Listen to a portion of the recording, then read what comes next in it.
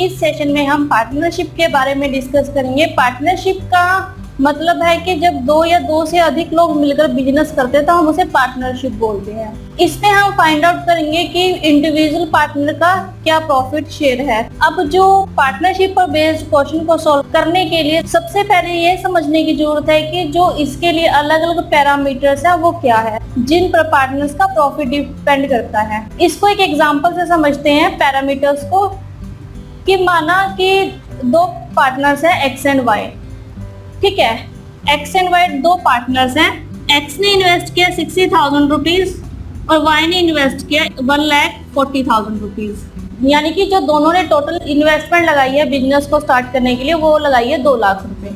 ठीक है, अब माना कि 2 लाख रुपए लगाकर उनको प्रॉफिट हुआ है 40,000 रुपीज का। ठीक है, अब 40,000 रुपीज जो है क्या वो इनको इक्वल डिस्ट्रीब्यूट होंगे? नहीं, क्योंकि एक्स ने सिर्फ 60,000 रुपीज ही इन्वेस्ट किए हैं और वाई ने 1,40,000 रुपीज इन्वेस्ट किए हैं। तो क्लियर है कि जो इनका रेशियो रहेगा वो इनके इन्वेस्टमेंट के अकॉर्डिंग रहेगा। जो प्रॉफिट का शेयर रहेगा या प्रॉफिट का रेशियो रहेगा या प्रॉफिट का परसेंटेज रहेगा वो इनके इन्वेस्टमेंट के अकॉर्डिंग रहेगा कि इन्होंने कितना इन्वेस्टमेंट किया है। अब यहाँ पर जो एक्स है उसने कम इन्वेस्टमेंट किया तो जो उसका प्रॉफिट शेयर रहेगा वो कम रहेगा वाई के अकॉर्डिंग। वाई ने ज्यादा इन्वेस्ट किया है तो उसका जो प्रॉफिट शेयर है वो ज्यादा रहेगा एक्स के अकॉर्डिंग। अब यहाँ पर ये जो प्रॉफिट है वो डिपेंड करता है इन्वेस्टमेंट पे, यानी कि जो प्रॉफिट है वो प्रोपोर्शनल है इन्वेस्टमेंट की। अगर इन्वेस्टमेंट इंक्रीज होगी तो उसके अकॉर्डिंग प्रॉफिट भी इंक्रीज होगा, अगर इन्वेस्टमेंट डिक्रीज होगी उसके अकॉर्डिंग प्रॉफिट भी डिक्रीज होगा। क्योंकि यहाँ पर एक्स का इन्वेस्टमेंट कम है तो प्रॉफिट भी इसका डिक्रीज हो गया।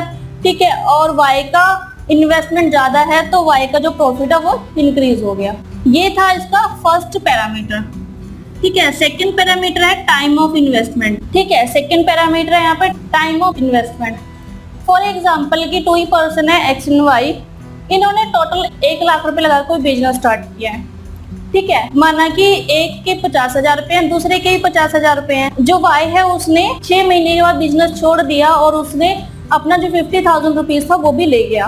ठीक है, लेकिन जो एक्स था उसने 50,000 इन्वेस्टमेंट के साथ ही बिजनेस को कंटिन्यू रखा। तो 1 साल के बाद माना कि उन्हें प्रॉफिट हुआ 30,000 रुपीज का, तो क्या एक्स और वाई को इक्वल डिस्ट्रीब्यूट होगा?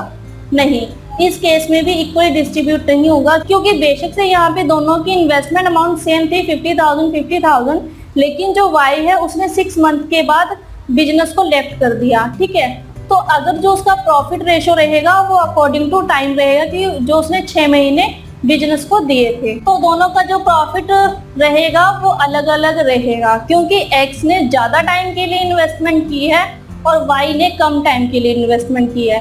तो ऑब्वियस है कि जो एक्स का प्रॉफिट रहेगा वो वाई से ज्यादा रहेगा, एक्स का प्रॉफिट ज्यादा रहेगा और वाई का प्रॉफिट कम रहेगा। ठीक है, तो सेकेंड पैरामीटर है कि प्रॉफिट प्रोपोर्शनल है टाइम के, यानी कि ज्यादा टाइम के लिए इन्वेस्ट किया तो प्रॉफिट भी ज्यादा होगा और अगर कम टाइम के लिए इन्वेस्ट किया तो प्रॉफिट भी कम होगा। तो इन दोनों पैरामीटर से हम कह सकते हैं कि जो प्रॉफिट है वो प्रोपोर्शनल है इन्वेस्टमेंट के और ये प्रोपोर्शनल है टाइम के।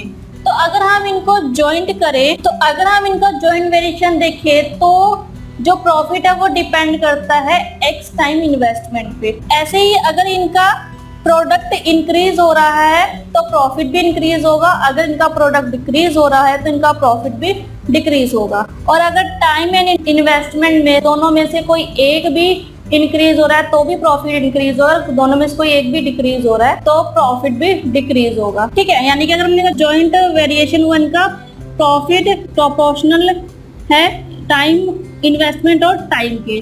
ठीक है, तो हमें क्लियर है कि profit of x divide by profit of Y is equal to investment of x time of investment of x divide by investment of y और time of investment of y. ठीक है, या फिर हम इसको इस तरह से लिख सकते हैं profit of x is to profit of y, यानी कि इन्वेस्टमेंट ऑफ एक्स और time of investment of x is to investment of y और time of investment of y. तो अगर हमें किसी पार्टनर का इंडिविजुअल प्रॉफिट फाइंड आउट करना हो तो सबसे पहले हम उसकी रेशियो फाइंड आउट करेंगे इन्वेस्टमेंट और टाइम की हेल्प से। और अगर एक बार हम रेशियो को फाइंड आउट कर लेते हैं तो हमारे लिए बड़ा ही आसान हो जाता है इंडिविजुअल प्रॉफिट या फिर ओवरऑल प्रॉफिट को फाइंड आउट करना। सिमिलरली कुछ केसेस में 3 पार्टनर्स होते हैं, तो हम उस केस में क्या करेंगे, हम सेम ही पैटर्न यूज करेंगे कि एक्स और वाई अभी तक 2 पार्टनर्स थे, तो अगर 3 पार्टनर्स होते हैं तो हम सेम ही कॉन्सेप्ट उस पर अप्लाई करने वाले हैं। तो हम कह सकते हैं profit of x is to profit of Y is to profit of Z. 3 person होंगे हमारे पास, अगर 3 पार्टनर्स होंगे तो हम उनका जो इंडिविजुअल प्रॉफिट या ओवरऑल प्रॉफिट इस तरह से फाइंड आउट कर सकते हैं। पहले रेशियो फाइंड आउट करने के लिए हमें उनकी इन्वेस्टमेंट और टोटल टाइम देखना पड़ेगा ताकि हम रेशियो फाइंड आउट कर सके और उनका इंडिविजुअल प्रॉफिट या total overall profit find out कर सके। तो यहाँ investment of x time of x is to investment of Y time of Y is to investment of Z और टाइम ऑफ जेड। ठीक है, इसी तरह से अगर हमारे पास लॉस हो तो भी हम सेम कॉन्सेप्ट को ही यूज करेंगे। प्रॉफिट की जगह लॉस, तो loss of x is to loss of Y is equal to investment of x और time of x is to investment of y और टाइम ऑफ वाई। क्योंकि अगर प्रॉफिट भी प्रोपोर्शनल है टाइम और इन्वेस्टमेंट के तो लॉस भी प्रोपोर्शनल होगा टाइम और इन्वेस्टमेंट के। तो प्रॉफिट एंड लॉस दोनों टाइम एंड इन्वेस्टमेंट के प्रोपोर्शनल है।